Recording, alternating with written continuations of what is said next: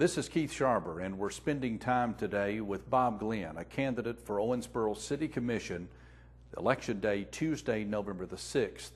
In earlier segments with Bob, we've learned about him and his background and what inspires him to be a member of the Owensboro City Commission. In another segment, we learned Bob's insight on the financial condition of the city, his fiscal priorities, and the overall economic status of the city of Owensboro.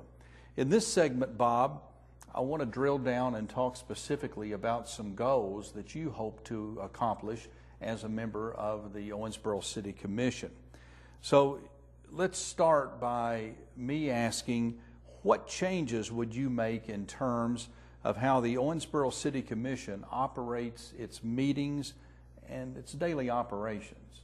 Well, Keith, in talking to a lot of my fellow neighbors during the primary campaign, what I discovered was a real disconnect between the average Owensboro resident and its city government.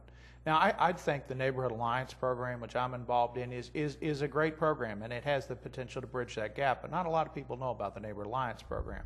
So publicizing that program is one way that the city can bridge that gap of transparency and connection with its citizens. But as far as the commission itself, two problems they've got. Number one, their meeting times are placed at a time when the average working person can't attend. The work sessions are at noon.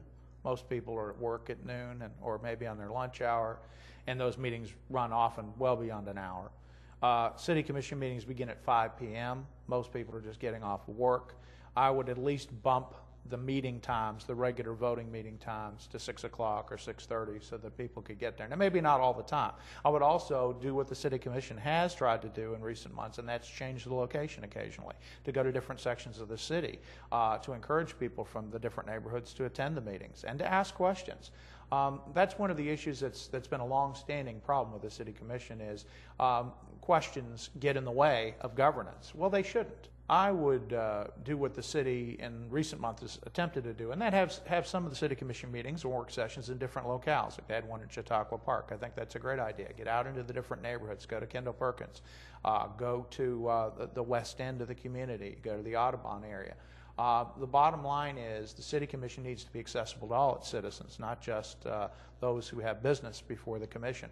And the county has a program that airs every month on cable access TV. Kirk Kirkpatrick is the host, and the county judge executives come together and they answer either questions generated on email or in written form or even by phone concerning issues of concern. There's no reason the City Commission and the mayor couldn't use a similar format.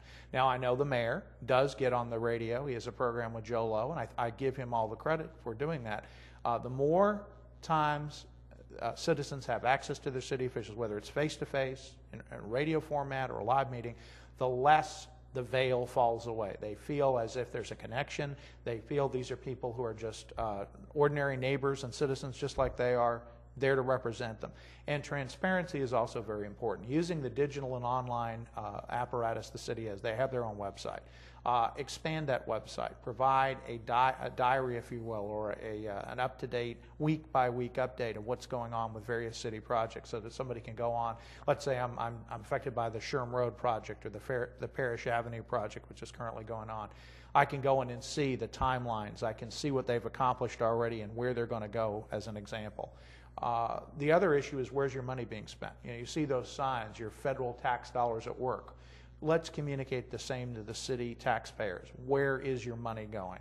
How much is being spent? There's no reason. It shouldn't be any deep, dark secret. I don't think anybody's trying to engage in unethical behavior here, but it's that lack of connection, that lack of honesty that I want to bring back to city government, and it can be done. And the final is good constituent service. When a constituent has a problem with flooding in their area or street maintenance, and they call a city commissioner, they should get a reasonable response within a week or two, and some feeling that their concerns matter, that their voice matters.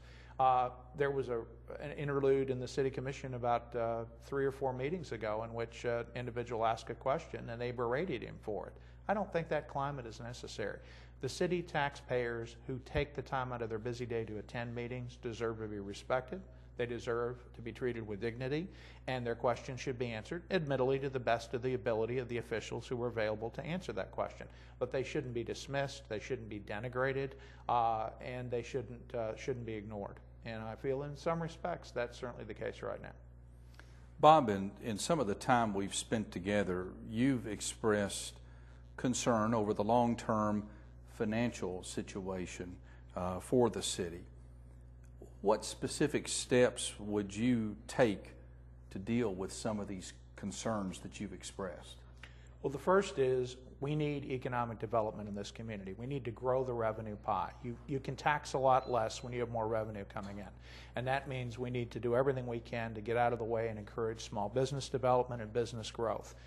That means that while we may provide incentives for businesses to move here or come in, we don't do it to the point where we break the bank. And we do it in an equitable manner. If an option is available to, for instance, a lodging concern or a hotel, then that financial incentive should be available to all of them or to none of them. The other is we need to have a tax forum. We need to appoint a blue ribbon panel to investigate and look at the resource and revenue collection properties and procedures the city is using. They get money from about 6 or 7 different pots, including the OMU stipend, the occupational tax, the insurance tax, Riverport funding, and the bottom line is that the city's revenue collection process harms city residents. It is a disincentive for small businesses and businesses to reside and stay in the city. Quick example, Keith. I don't know how many people I know move to Owensboro who've never lived here before, and they get that first property tax bill. And they get one from the county, and they get another from the city. And then they talk to their neighbors, and they find out, wow, if I lived in the county, I'd get one bill. And the rate would be somewhat lower than the city's. There's no reason for there not to be one tax bill for city residents for property taxes. There's no reason when we do have to impose tax increases, and I would hope that we don't have to in the foreseeable future, but if we did, that those are clearly explained and that they bear fruit based on being implemented for a specific purpose, a specific project. And that's not really what's happening. The money that was allocated from the insurance tax increase really is not going to be enough to finish riverfront development. They're going to need another $40 to $50 million to finish that project. Now, some of it will come in the form of private investment, like the condominiums that are being developed by several people down there, and that's great. The office buildings that are going to go in, the headquarters for First Security Bank and for Boardwalk Partners, that's great. But we need more private investment and less public investment. We need the burden on the average citizen in Owensboro needs to be reduced because it really does harm the city's long-term growth potential. Bob, we often hear elected officials refer to quality of life, and arguably we enjoy a good quality of life here in Owensboro. Yes, we do. But as a member of the Owensboro City Commission, what specific projects would you be willing to support in order to advance and improve the quality of life for city residents? Well, I think the first thing you need to do is go with the maxim, is it a want or is it a need?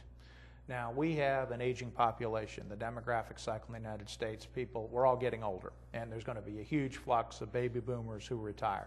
We do need to probably replace the Monday Senior Center at some point. How we do that with a mix of grants and private sector contributions as well as city or county funds is, I think, a project worth considering and one that we need to initiate steps to make that a reality fairly quickly because the cycle is beginning now. We need to probably replace the sports center. When the original blueprints for the riverfront development, that facility was supposed to be a convention and event center. Instead, we wound up with a convention center that's almost triple the original specs and size. I would argue that we need to find ways to fund an event center in the long term.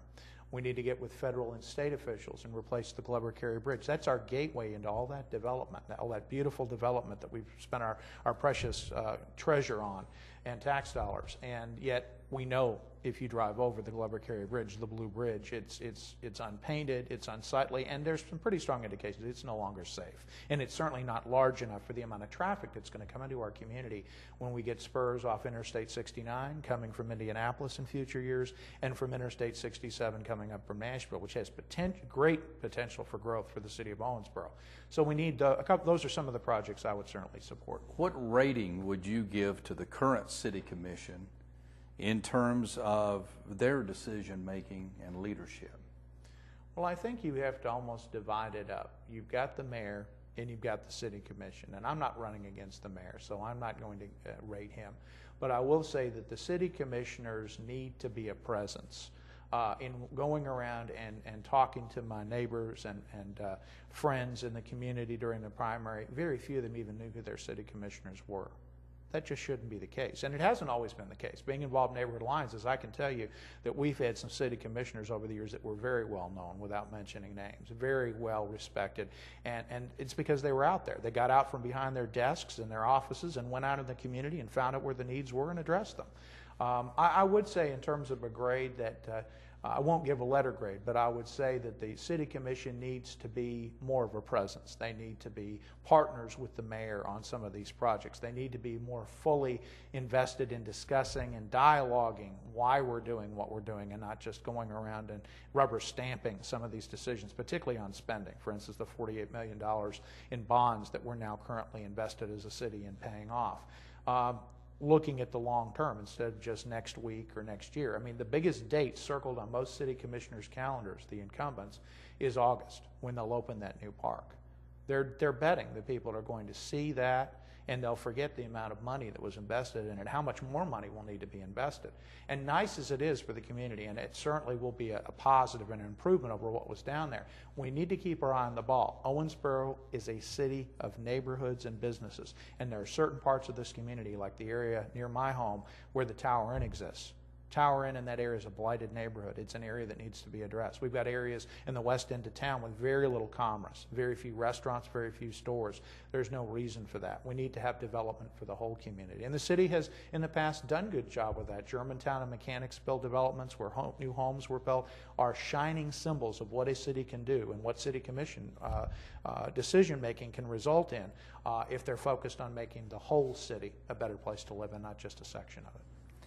Bob, your campaign slogan is leadership for the people, and 4 is underscored. What would that mean? You've already alluded to your intent to have a high profile, but what would that mean in terms of how you would operate as an Owensboro City Commissioner? Well, the first thing is you have to shut up and listen. And a lot of people who run for elected office, I think they think, well, it's all about giving me a stage to become more prominent or more well-known. I'm a neighbor in this community. I'm running for my neighbors, for my friends, for the people who live in this community, real people with real problems and real jobs and kids to raise and bills to pay. And I'm never going to forget that. And so when it comes to running for City Commission, I'm not running for myself. I'm not running because I value any position or power or authority. I'm running because I want to make this city a better place to live. I want to address many of the significant poverty and income needs we have in this community. I want to make this a better place to live for everybody, and that means you listen to your constituents. It means you focus on the day-to-day struggles of everyday people, and you focus on how we can help make things better for the majority. And that means economic development at all levels. It means promoting education and training opportunities. I'm a professor at the community college. I've had 40, 20, and 60-year-old men sitting in my classroom who have no economic future in this community because we lack the economic opportunities that would keep them here. And many of them are planning to leave. There's no future for them in this community. I want, as a commissioner, if I'm elected, I want to be able to shine a light and provide the impetus for people to want to stay in Owensboro, for young families to move here and stay, for senior citizens and retirees to feel comfortable to continue living here into their retirement and post-work years. And so for the people means that my total focus in running, and if elected, my total focus on serving is to make things better for my neighbors. And I consider everybody in this community, regardless of what street or zip code they live in, to be my neighbor. And I'm here to help my neighbors. Bob, thank you for sharing with us your vision for the leadership you would provide for the people. This is Keith Sharber. We've been spending time with Bob Glenn, a candidate for Owensboro City Commission. Election Day is Tuesday, November 6th.